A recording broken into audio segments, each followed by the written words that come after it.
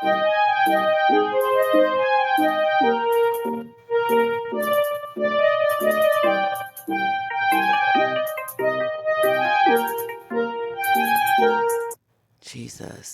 you people of the interwebs, y'all are entirely doing too much, okay? I'm just gonna need y'all to slow down.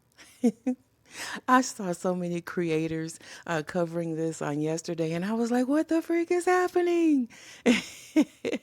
This is a full statement from the Sangamon County Sheriff Jack Campbell. I don't know if you guys remember him. He was the one that everyone kept calling for his resignation, and he kept refusing to resign, regardless of even a governor requesting for his resignation. He refused to do that as well. This is his letter that was released on yesterday, and I can read this out for you guys if it's a full statement. So, this is his full statement. After the family requested for his resignation, he still has not spoken with the family. He gave his condolences, but still has not spoken with them. He claims that he reached out to them 4 or 5 times, and the family was not able to speak with him. The family said that is not the case. However, However, however that goes. So this is his full statement that was released on yesterday. It says, I was first elected sheriff in 2018. I embraced that role to lead SCSO, but I always saw myself as a cop, not a politician. And for over 30 years, my career has been dedicated to improving and protecting our community. As sheriff, I've committed my life to advancing our communities, our capabilities, and effectiveness. I'm sorry. Implementing new policies and practices to ensure we serve the community with the highest standards of integrity and professionalism.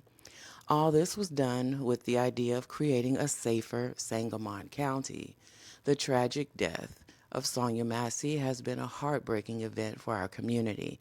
My deepest condolences go out to her family and friends. Since the incident, I have been proactive and transparent, working tirelessly to present all of the facts to the public.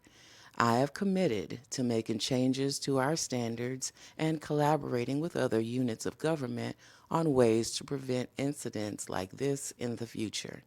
The one person truly responsible for this act is in jail, and I believe justice will be served through that legal process.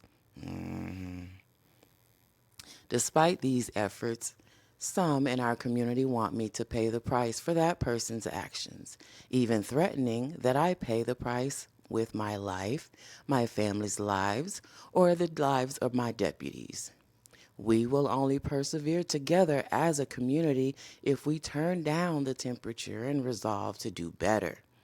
We must honor the life of Sonya Massey by ensuring that no one else falls victims to such tragic and senseless action. That has been my sincere mission since that fateful day. But it has become clear that the current political climate has made it nearly impossible for me to continue effectively in my role. Some individuals would rather see our community divided and in turmoil than allow me to continue as serving sheriff.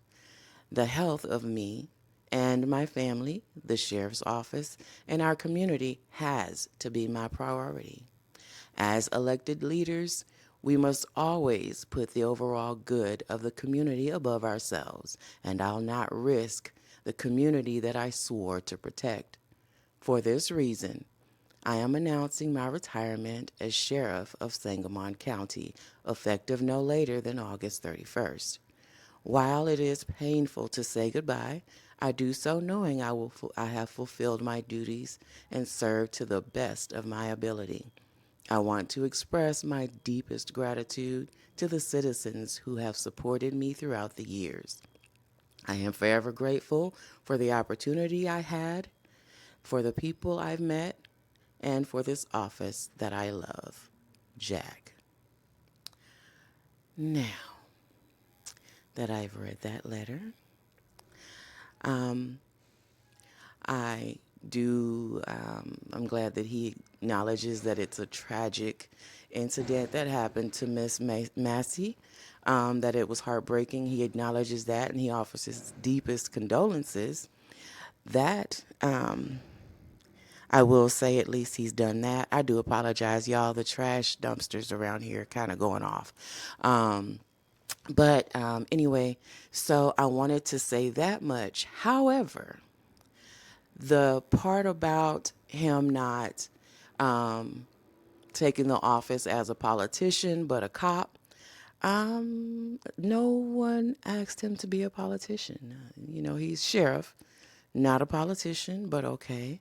And then he says, what else was that little dig he made over here? When he said that some people wanted to see him get out of the office instead of him continuing as his role as sheriff, which, I mean, I guess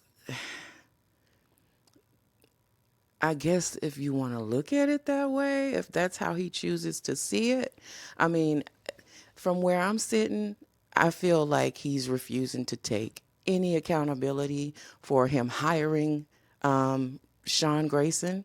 Had he not hired that dude, Sonya Massey would still be alive to this day. That entire incident would not have happened.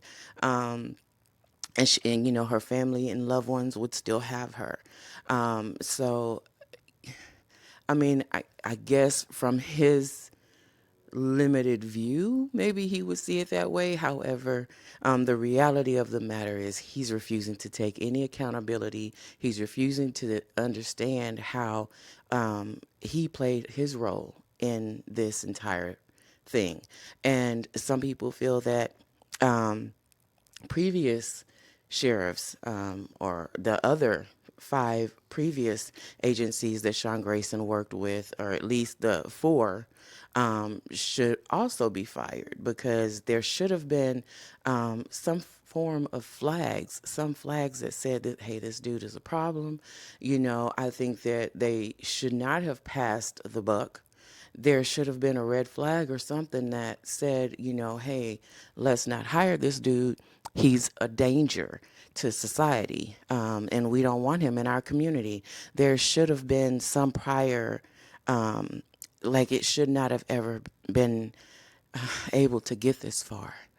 Sonya Massey should not have had to lose her life in order for us to see that this dude is a general, a real threat. He's a danger. You guys will see, he has not shown any form of remorse, no whatsoever. It's like he took this woman's life and has not given it a second thought after. We saw that after the video footage. We did see that right after when all the cops were standing around and he's going around, calling her names and stuff. So we did see that. However, even after that, when they brought him in to take his mug shots and stuff, he was just sitting there chilling like it was no big deal. Like, this is just every day, like I changed my drawers today. I got up, I breathed. Okay, well, yeah, I killed a woman, and so much, it happens. Like, it's no big deal. Life doesn't even matter. It's sad, when you see how he interacts with the other officers, how he conducted himself. It's like there's nothing. There's no, like, how do you do that? And it makes me question, has he done it before? I mean, I'm not making an allegation. I'm not charging him with anything. I'm just saying it makes, because normal people, would It's one thing to see someone get shot. It's another thing to pull the trigger yourself, right? The fact that he pulled the trigger himself and continue to conduct life like nothing makes me question, has he done that before? Has that happened to him before?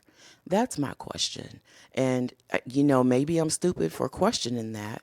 But I do think that it's a difference. And even if you pull the trigger on someone that's um, that's actively engaged in a crime, and someone in a situation like this where she was not engaged in any crime. She wasn't doing anything. She wasn't evading arrest, nothing like that. And yet, and still, he was able to easily pull the trigger and feel nothing afterwards.